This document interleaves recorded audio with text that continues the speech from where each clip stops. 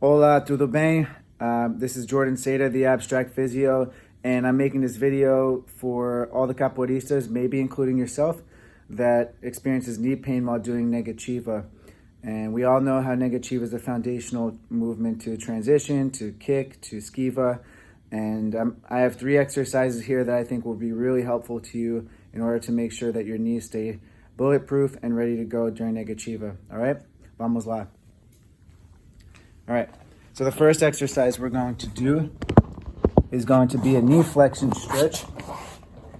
So what you're gonna do, I'm gonna finish in this position here. So I'm gonna start with both feet like so. And what I'm gonna do is allow my knee to travel over my toes like so.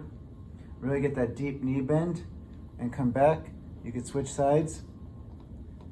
And each time try to progressively inch a little bit closer to the floor.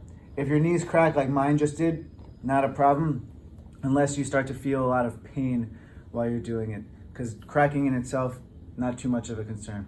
All right, number 2, we're gonna take it up here. We're gonna do what's called a Sissy Squat. This is a little bit advanced. So what you're gonna do is preferably against a wall. I'm gonna do it standing without a wall. You're gonna allow your knees to travel over your toes. You're gonna keep your core nice and sturdy here. So creating a straight line between your torso and your hips. And you're gonna allow your knees to travel forward and come back up. As you see, the reason why I want you to have a wall is so you have something to aim for with your knees. And then you just keep trying to inch closer and closer to the wall. Without doing this, you wanna stay here. And then eventually you can progressively get more and more over your toes. It's also a good move to transition into a macaco as well, if that's one of your floreo specialties or you're trying to build your macaco.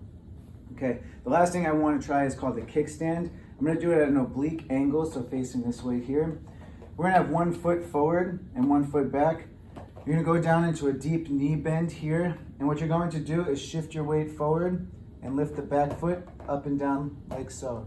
So if you think of like a bike or an electric scooter and they have that stand on the side, it's kind of representing that movement and putting all the load on the front knee here. And as it gets more, if it gets easier, as it gets easier, you can hold it for longer periods of time and really test your balance on this leg.